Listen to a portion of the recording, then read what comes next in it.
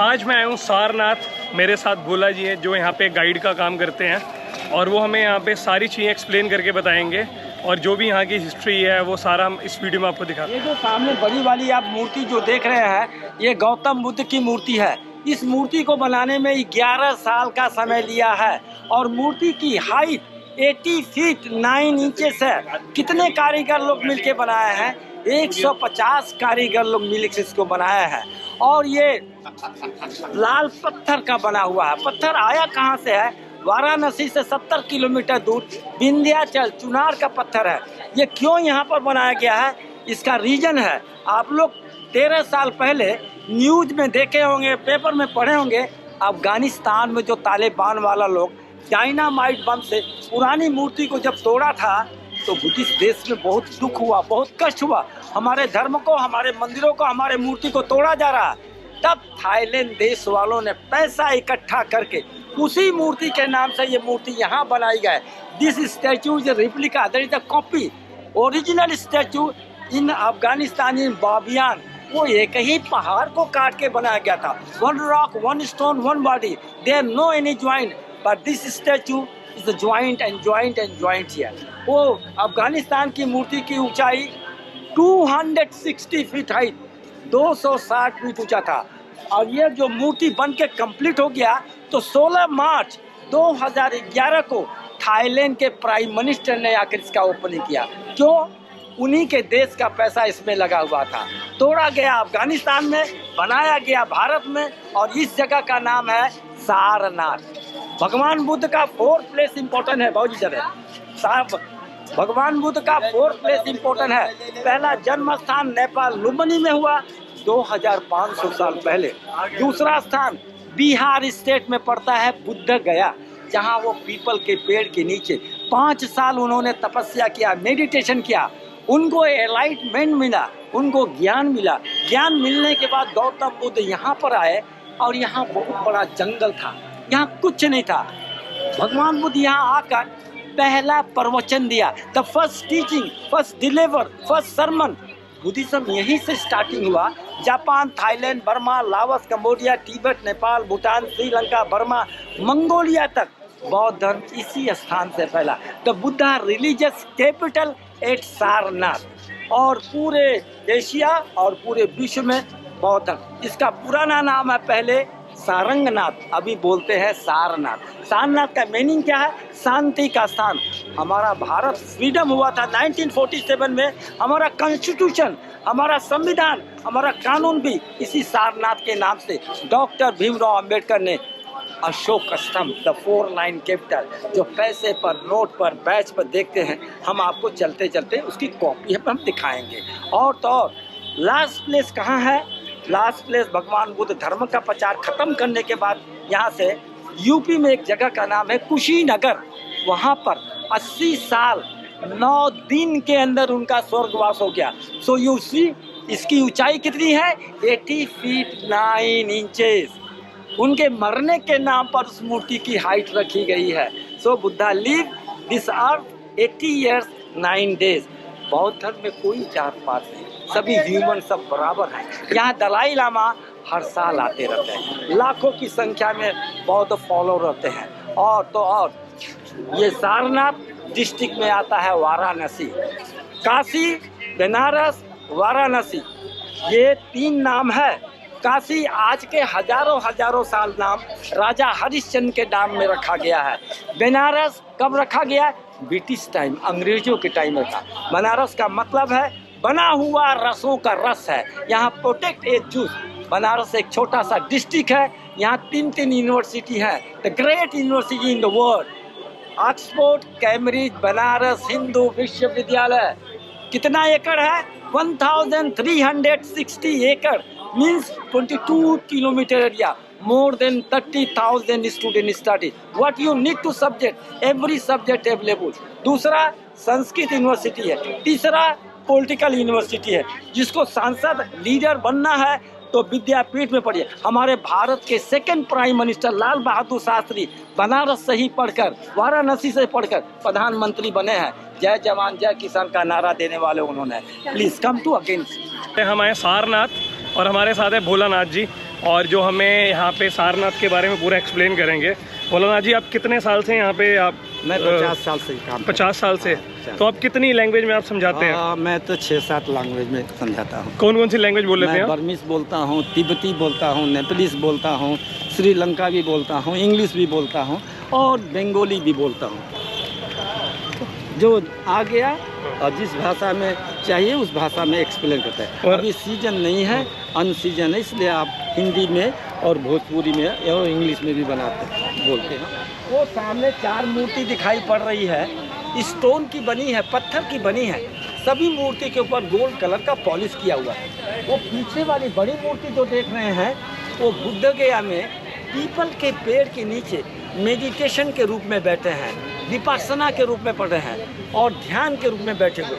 ये किनारे जो देख रहे हैं मूर्ति, हाथ पर हाथ ऐसे पकड़े हैं और ये पैर को ऐसे मोड़, इस आसन को बोलते हैं पद्म आसन, कमल के फूल जैसा। इसी के रूप में पहल भगवान बुद्ध सारनाथ में पहला प्रवचन दिए थे, the first teaching, first deliver, first सन्मान, और यहीं से बौद्ध धर्म शुरुआत हुआ।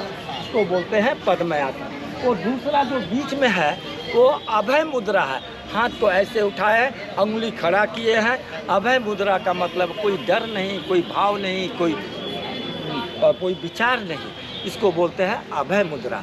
जो भी व्यक्ति, जो भी इंसान जाता है उनके सामने वो आशीर्वाद के रूप में देते हैं, ब्लेसिंग के रूप में देते हैं। किनारे छोटी मूर्ति है, ये बड़ी मूर्ति है, चेहरा एक ही है, बॉडी एक ही है। अंदर की ओर बड़ा मूर्ति और छोटा मूर्ति का अंतर दिखाया गया है और छोटी मूर्ति के नीचे लाल अक्षरों में मंत्र लिखा गया है। वो मंत्र है पाली लैंग्वेज, संस्कृत का निकाला भाग है। पाली भाषा में क्या बोलते हैं उसमें?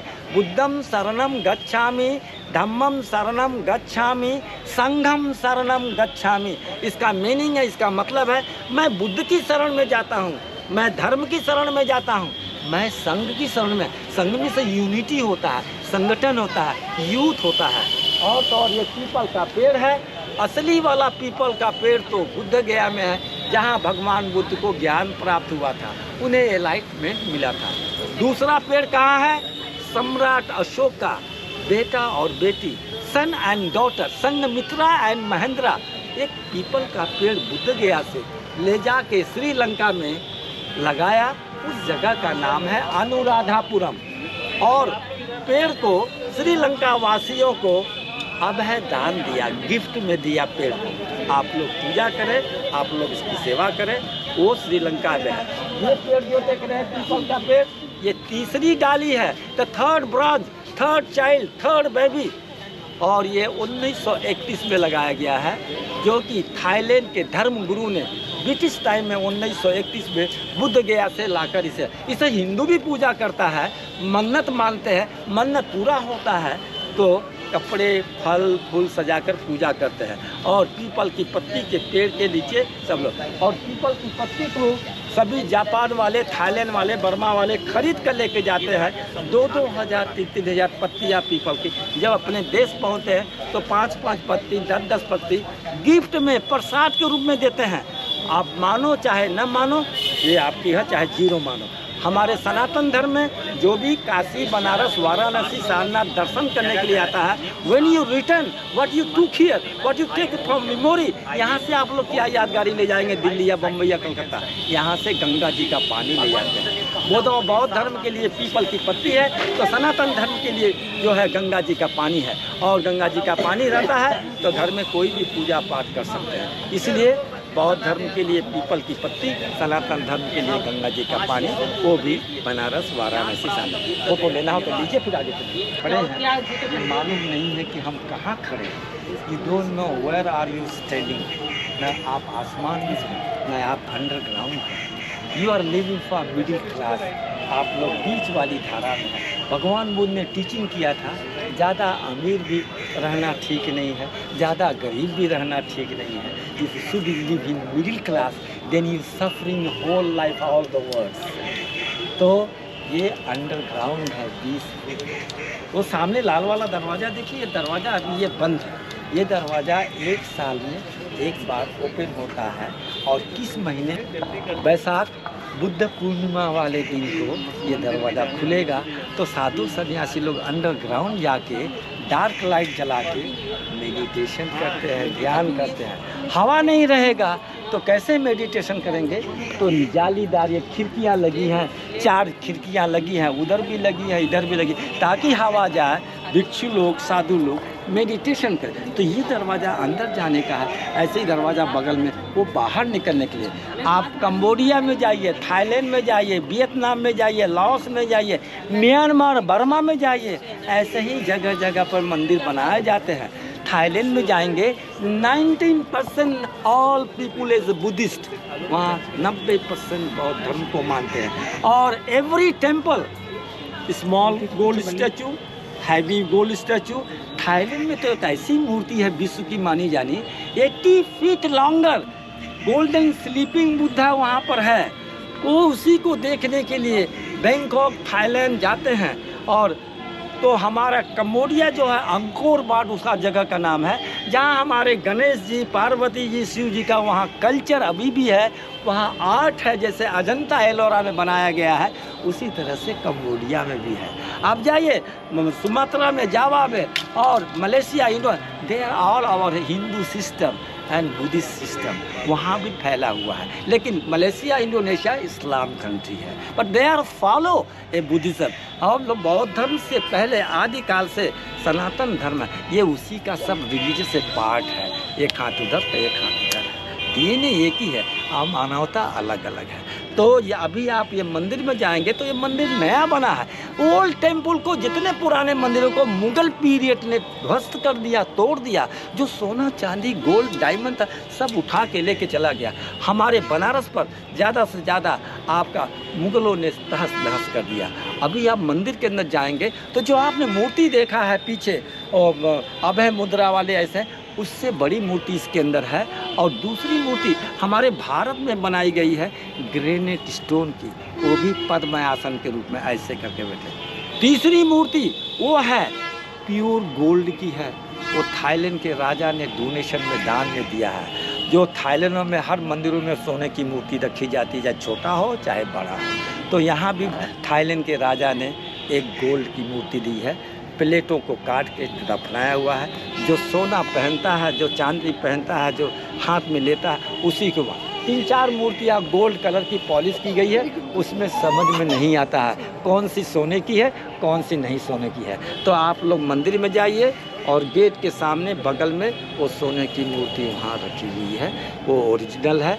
और no security, no guard, they are believe for animal. ना कोई गार्ड है, ना कोई आर्मी है, ना कोई पुलिस है। यहाँ पर 10 ठो जर्मनी वाले शेफर्ड डॉग रखे गए हैं, जो कि they are not believe for security, they are believe for animal, because animal they should be done. वो शाम को 6:30 बजे छोड़ देते हैं, पूरे ग्राउंड में, पूरे बगीचे में घूमते रहते हैं, कोई हिम्मत नहीं किया सकता। तो आप लोग यहाँ से सीधे आ जाइए।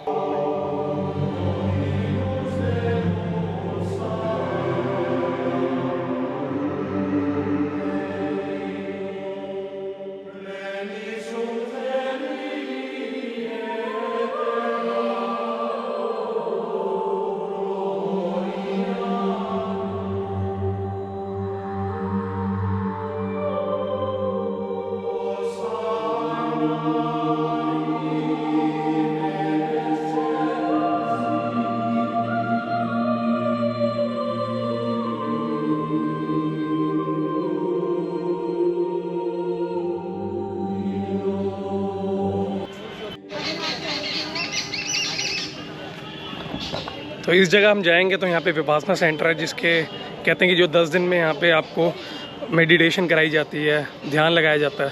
तो वो सामने है, यहाँ पे जाना अलाउड नहीं है।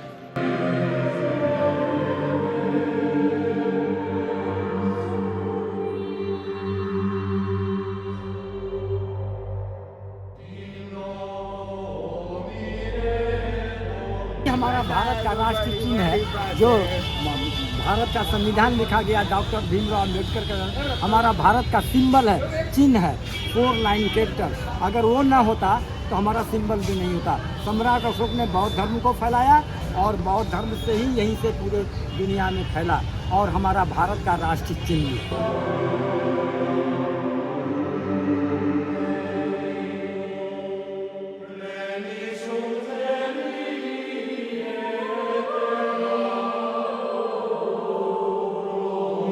मच भोला जी, आपका बहुत बहुत धन्यवाद। And thank you sir and next time come we can do and we can explain again.